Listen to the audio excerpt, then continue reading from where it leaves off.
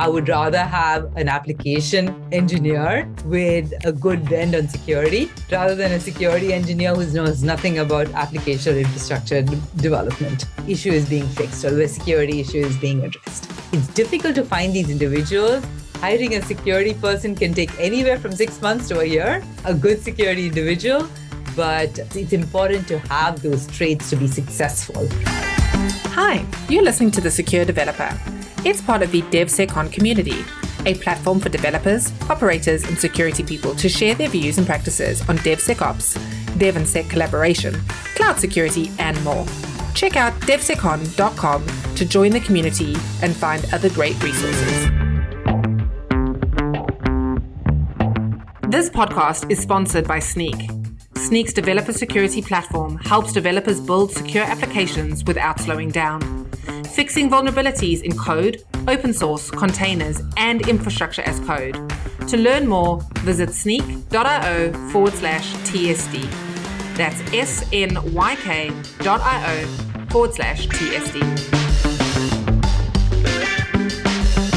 Hello, everyone. Welcome back to The Secure Developer. Thanks for tuning back in. Today, we're going to dig into shift left and what it really means and, maybe how to accomplish it successfully. And to do that, we have Rupa Parameswaran, who is the head of security at Amplitude. Rupa, thanks for joining us here as a guest to share your views.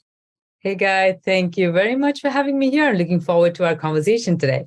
So first, to tell you a little bit more about Rupa. Rupa is a security and privacy expert, has more than 20 years of sort of research and industry experience, has been building and driving trust in security programs at startups and sort of big billion-dollar brands. So we'll have a lot to learn here. And she works closely with business leaders to create kind of relevant secure by design and kind of secure by default controls that help businesses run efficiently, but also be secure. And right now she is, as I said, head of security at Amplitude. She's responsible for engineering security and incident response programs and a lot more. And we'll hear about those learnings in a moment. And Rupa's focused on shifting security left, giving engineering and DevOps teams kind of relevant training, timely alerts, and just the right recommendation for remediating security flaws and misconfigurations as they develop, has really successfully transformed the security mindsets in the engineering teams at Amplitude and how they work. So we'll dig a lot into the secret sauce here, right, and the learnings and how that has actually transpired. And just to note that, while we're going to focus maybe on some Amplitude examples and activities, a lot of learnings come from Rupa's previous experience as a CISO at Demandbase and in general, kind of working as security and privacy architect at Pinterest, Microsoft, EMC, and more. So again, Rupa, thanks for, this is tons and tons of sort of experience for us to tap into here. And let's sort of dig in maybe with some terminology, shift left, you have to sort of love and hate buzzwords as they do it. When you hear shift left, at least in the context of security, what does that mean to you? How do you define it? Thanks for the introductions. Shift left to me means bringing security closer and closer to the business owners, making them more aware of what needs to be done, why it needs to be done, and how it can be done. Where it's almost like bringing a horse to the water and you show them how to drink. You can't put the water into the mouth and make sure that they're thirsty. They know their appetite for thirst. They know when the water is not good enough for them, but you bring them close enough so they can make the right calls. Because to me, the business owner is the best suited to either make a decision on whether that risk is acceptable or not. And what we as security leaders need to do is to teach them or let them know what the risk is, what the issue is, how it can manifest itself, and give the business owner the wherewithals to how to address the risk if they agree with our risk assessment. If they don't, then we learn and we help them put in controls so that the risk will show up when it's a real risk. Where you've said, okay, it's not a risk right now, but if A, B, and C come together, then it becomes a risk. So that's what I mean by shifting security left. And that ties in very nicely with my perception of security, which is it is a continuous process. Security, there's never I'm done with security, let's move on. Security is a journey. It's a continuous process. You keep looking at things, new threats will keep coming in, you keep assessing them, You keep evaluating what the risks are, and then you keep implementing controls where it's like vulnerability detection, identification, detection, protection. But the incidents will always happen. You remediate that, you identify what the indicators of compromise are, and then you push it back to now it's a normal vulnerability and it's this level. So it goes back into the pipeline. So as you can see, what I've defined is really a circle is your world, right? Things you can start at the very right, you can start at the very left. You go through it every time you may have to loop back. And that's what is shifting security left. And the more and more you can move security left, get people trained and with an understanding of what these risks are, the earlier they can accommodate it into their learning process, into their design process, and reduce the number of hurdles you would have or obstacles you would have in your path to delivery. There's a bunch of things I like about the definition. One of them is you used business owner. You didn't say developers. You sort of said business owners. It's the people making the decision. So I really like that. I relate to it. It's really boils down to bringing the security knowledge closer to the decision maker, to the person in practical. So I really like that. But I guess kind of a question a bit, how much do you think, we talk about understanding the risk. How much is it about understanding the risk? And maybe how does that compare to the ease of becoming aware of the risk or the ease of doing something about it? Beautiful. Love that question. Thanks for catching on to the fact that I called it out as a business owner, because there are different ways to showcase the risk to the owners at different levels, right? So if I was speaking to an engineering manager or a leader or a director or even a CTO, for instance, I would call it out as, hey, this is your crown jewel. For most small businesses, it's typically their production environment, production application. The risk vectors, I would call it out on a generic level, right? How can someone get spearphished? Bring in malware into a device. That device is a device belonging to an engineer. That engineer is hitting production. That gets into your EC2 instances, and voila, you have ransomware there. An engineer will not be able to take that and put that into, hey, there is an issue. I need to make sure my application, or I have my containers and I have my container images scanning for malware or anything. So with them, I'll put together a demo. I'll put together an application, a malicious web application, and I'll walk them through a demo with an engineering person to showcase and make sure that that demo that I put together triggers an alert on your container scanning, triggers an alert when the individual is on his IDE writing his code. And without any other context, that engineer is going to say, hey, I have all of these other security groups. I have all of these other container images, vulnerabilities. What's this new one? I'm just going to suppress it and move on. The important part is to have that one meeting or that one demo with the engineering team where you're showcasing, hey, before you switch that off, look at this demonstration that I have. See if it's applicable. Just read that alert a little more. Is it nuanced? Is it something new? Or is it something existing? If it's something existing, call it out and then suppress it. Otherwise, see what could happen. But you need to build that trust. You need to get there that the engineer now thinks about, hey, could this be a problem? Should I look at it? And then in the initial stages, chances are they could get it wrong. Have ways in which they could reach out to you, talk to you about it, let you help them understand and differentiate between, hey, we can suppress this, hey, we cannot, which will require a little bit of monitoring on the security side, where we'll have to see whether they're doing the right thing. So maybe an alert when things are suppressed. But once that becomes a well-oiled machine, you can let them go. And they will thank you for that. They will thank you for the learning because you're not hindering their processes. They know what to do. It's only when there's something new that they don't understand or a new initiative that they're working on, they will bring you in because they know you're going to help them shift security left. So they don't have to either avoid things and be stuck with having to pay a bounty or be stuck with you having to review things like after a 10-day SLA that you have because you have a whole pile of issues to take care of. Yeah, you're very much highlighting the importance of contextualizing, almost like risk context, right? I sometimes talk about the difference between application context, which oftentimes security people forget to sort of offer developers. You just think about risk. But when you think about sort of the developer, like showing some sort of end-to-end kind of understanding of the problem, I guess just to clarify, do you aim to have this type of like end-to-end simulation for every alert you're sort of providing to developers, or is the intent more to, just sort of open their eyes to potential risks and show them that on like a sample set of issues, so they just generally are not quite as readily dismissive of the alerts that come in? Yes. So that's an interesting problem to solve. I would say it's important to feed security in a little at a time, and then make sure that the team has an appetite.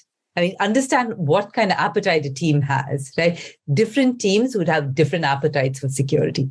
Someone who's a senior engineer who just thinks about cranking up things and who's been taking risks until today, who has like 10 years of experience, for instance, who's been working on things, has a mindset already in terms of like, what's an acceptable risk, what's not, what my business likes, what my customers like. Their risk acceptance, or the amount that they could be hindered or asked to take a look at new risks or new alerts that come up, is very small. So you need to pick your battles as a security person. Do that initial level of triaging, which is another topic that we can talk about, is alert fatigue, where the security team needs to make sure at the time of investing in building out that program and shifting security left, what's the easiest way to get into the good books of the engineers? So just show or allow for the alerts to reach the engineers if they pass that threshold, if it's critical, if it's high. For that, define what critical and high means. Define why they're critical and high. Therefore, they know what to look for. They understand these completely, and they're able to take care of them. Once you realize these little things are well understood, then you open up the mouth. What I mean is increase the diameter of that hole, right? And in terms of like add more items to that bucket a little at a time. It has to be slightly linear at first, right? And then you can expand it exponentially. Once you realize that they're at the same level of the security team, you can then open up the pipe and let the whole thing flow in on the IDE, where people are getting warnings. And once it gets into the production pipeline, you tighten the controls a little bit in terms of what you can suppress and what you cannot. But that's where the security team needs to work, understand appetite of the engineering teams, understand how many people there are, how much they can take in, the maturity of the teams, and then work on that sweet spot in terms of how much is acceptable at this point of time, what the roadmap should be. It's important to have a roadmap in terms of introducing security left as well.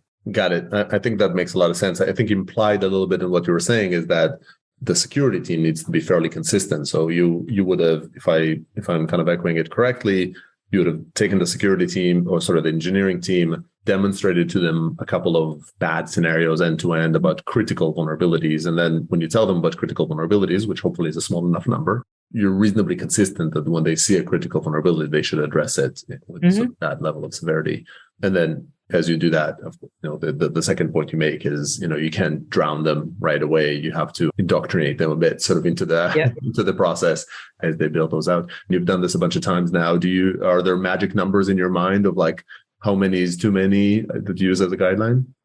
The first thing to do is to do the first level of triage. The security team, at least at the onset of the program, the security team needs to do that initial triage, customize the language.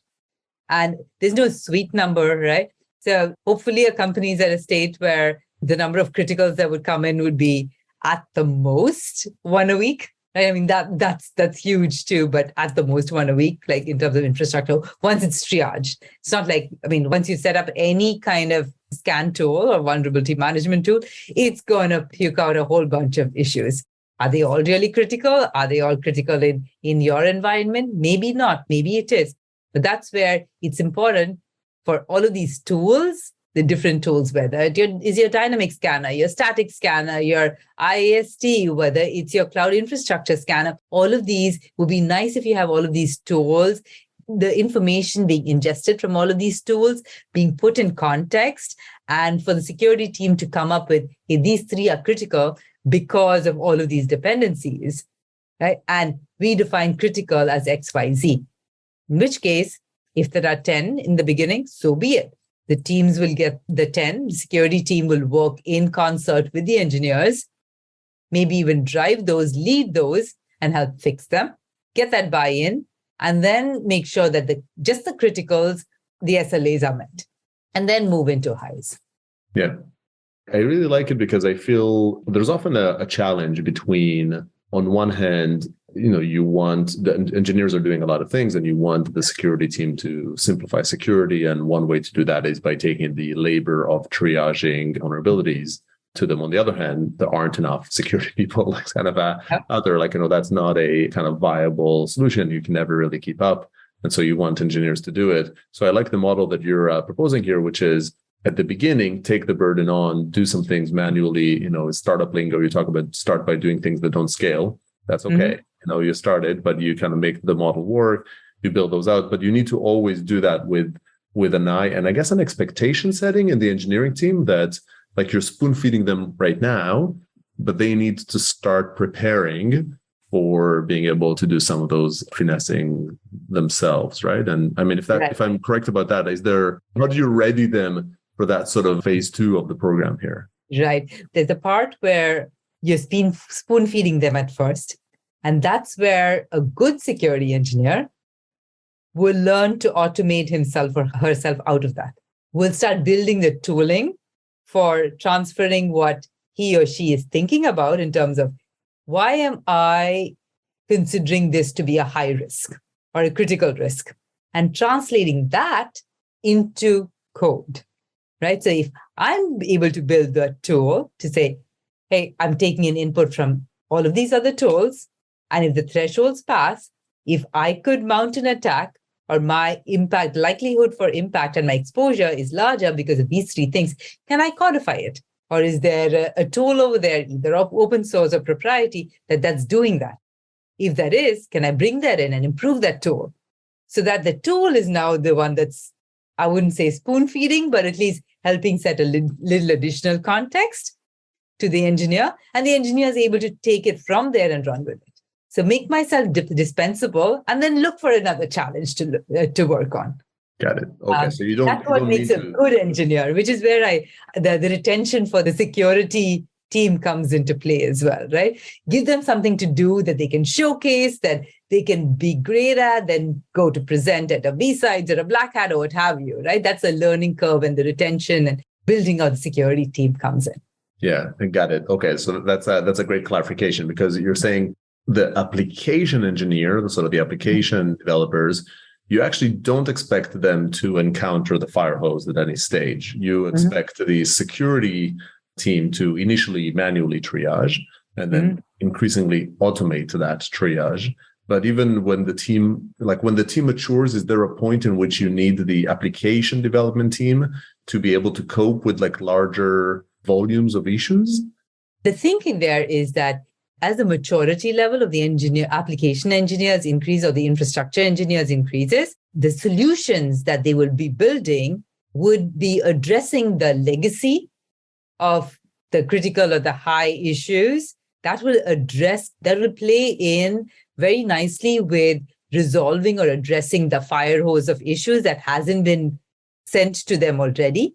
So that fire hose will automatically, or the pool will automatically come down. So now, unless there's a new log4j, there wouldn't be another fire hose that comes down their pipe. Got it. Okay. So this is an actual improvement. You're sort of correlating the actual improvement of security with the readiness to sort of take on security from the team's perspective. Hopefully, just a lot of these things have been around. In your mind, what are the time kind of how long you're coming into an organization that's, let's say it's not in disaster state, but the development team hasn't embraced security, and you're looking to go through this process? How quickly do you think it's reasonable to get to a state in which there isn't heavy manual triage by the security team? It depends, is what I would say. It's easy to get a great win, a good jumpstart in light, if you're able to piggyback or strike while the iron is hot, is what I would say. Things like the log4j, for instance, or an issue like that, where the security team showcases, comes up as a leader, is working with everyone, creating awareness in terms of why it's an issue, what's an issue, going and resolving it. So there's an appetite that understanding of case security is something we need to think about, comes in as important.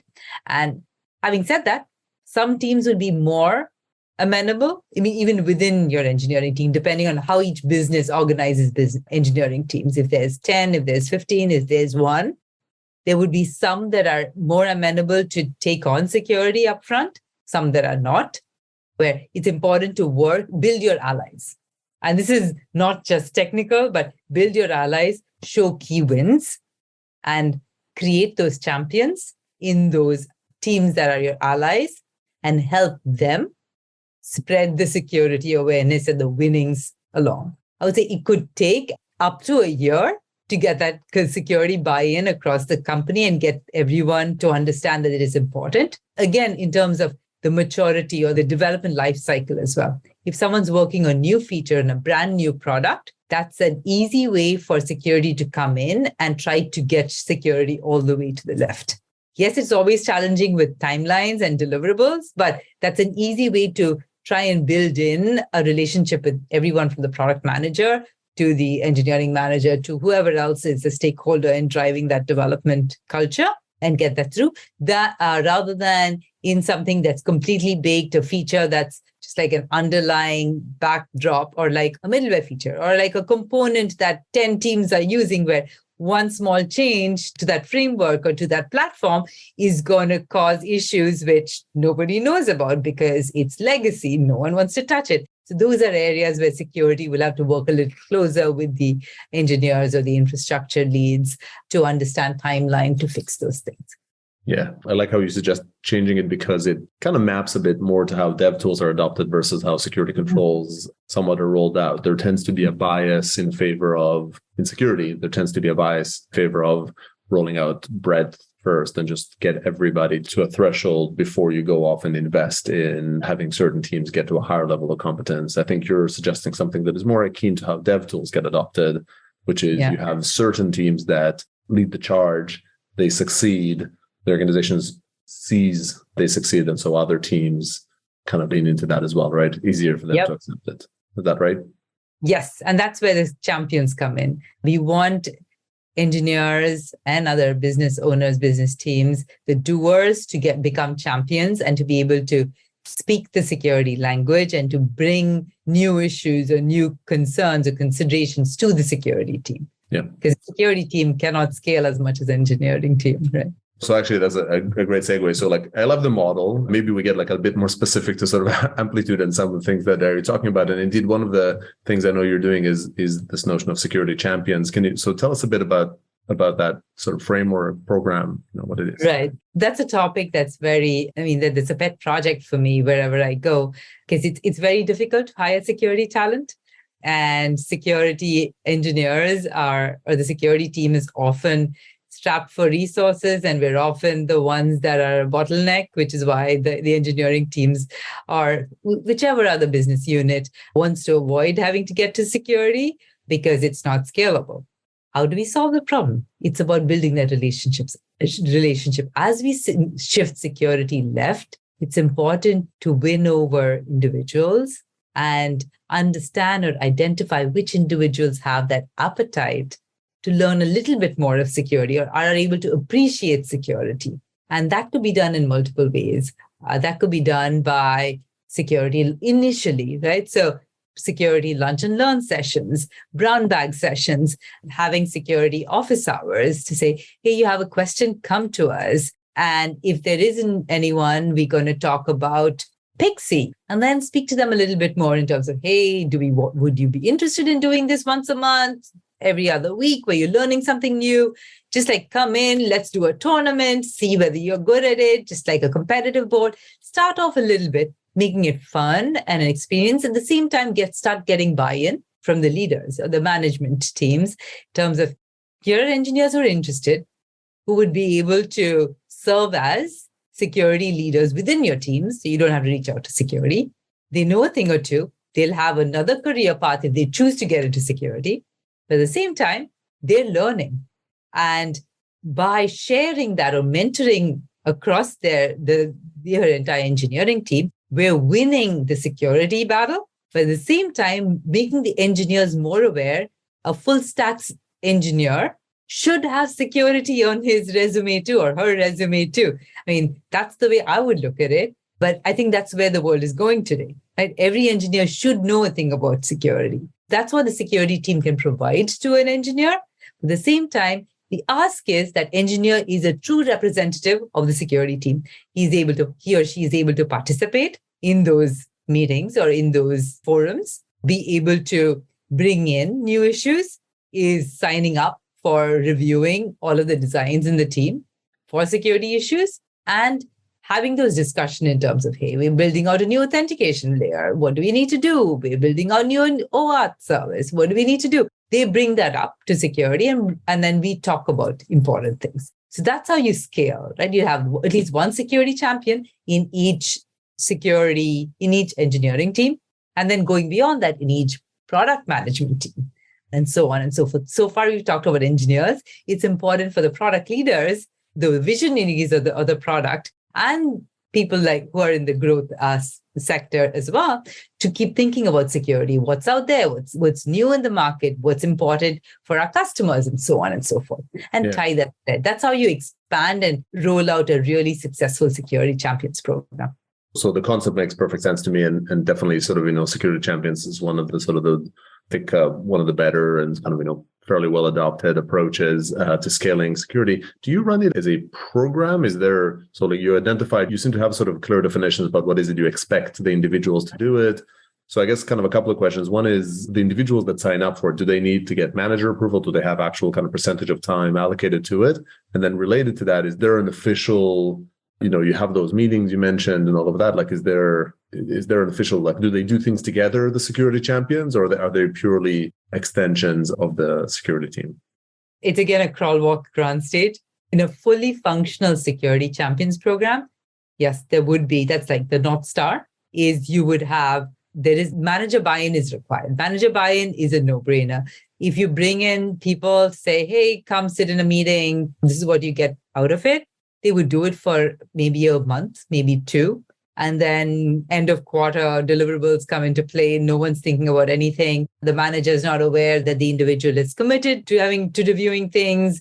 So everything will break down within 2 months of rolling out the program. It's good to get exposure, to get visibility, to get a quick understanding of who's interested in security at all, in terms of like the program rollout, saying, hey, we're going to roll out this program. Here are the asks. Anyone's interested, come in. We do some fun stuff. For month one, that works great. Then once you identify those individuals, that's when you need to start putting together, here are the expectations of a security champion. Get that understood and agreed upon by the managers as well, and understand how we can quantify that or measure that. Being a data person, it's important for me to be able to measure whether the individual has been serving as a champion, and therefore has there been value given back to the team. So it's a bi-directional bucket, right? So we need metrics to quantify what success looks like from a security perspective for me and my team. Examples I would take is for these key deliverables, each of them goes through a design review. The individual's been involved in code reviews for each of them. And we identify which ones could be more important from a security standpoint, how well the individual was able to capture the security requirements, how much of time put in by the security team versus by the individual on the security deliverables. Was the individual able to deliver security tests by himself, by herself, or teach others in the team to build those in? And therefore, when we expose these features out to either internal bounty programs or external bounty programs or a pen test, how many issues were identified? Those are some of the high-level metrics. I mean, of course, there are others that are internal to the teams, but high-level metrics you could start off with. Yeah, no, perfect. Great metrics. We're kind of quickly evolving here on the time. So I want to maybe squeeze one more question, and then we have our kind of closing question to do it. You talked about, like all this sort of great process and sort of changes and how you interact with development teams. One thing we didn't talk too much is about the people on the security team and the skills that they need to, or like temperament or, mental kind of style to apply those. Like, what is it that you look for in people you hire into the security team to apply this approach? And how does that differ in your mind to maybe who might have been hired a decade or so ago? The security team has evolved over time too, in terms of what the requirements are for a security individual. The security individual today needs to also be a good salesperson. Unfortunately, that's the truth of lean security teams.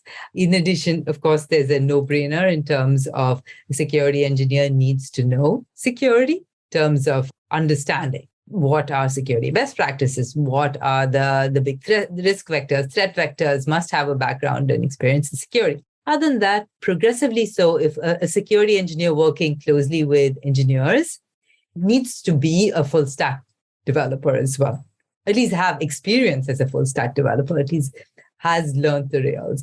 I would rather have an application engineer with a good bend on security rather than a security engineer who knows nothing about application or infrastructure development. Issue is being fixed or the security issue is being addressed. It's difficult to find these individuals. Hiring a security person can take anywhere from 6 months to a year, a good security individual. But it's important to have those traits to be successful. Someone who's interested can be trained, but people who are getting to the security profession should be mindful of the fact that patience, soft skills, and a good understanding of application development are key to being successful in as much as knowing security is. Yeah, just to sort of challenge a bit, it's hard to find these unicorns. I mean, it sounds like a great kind of hire, but if you think of so the soft skills, sales skills on one hand, on sort of application development skills and on maybe the security knowledge on it, which of these three, if you had to train on one of them, someone on a team, where would you compromise?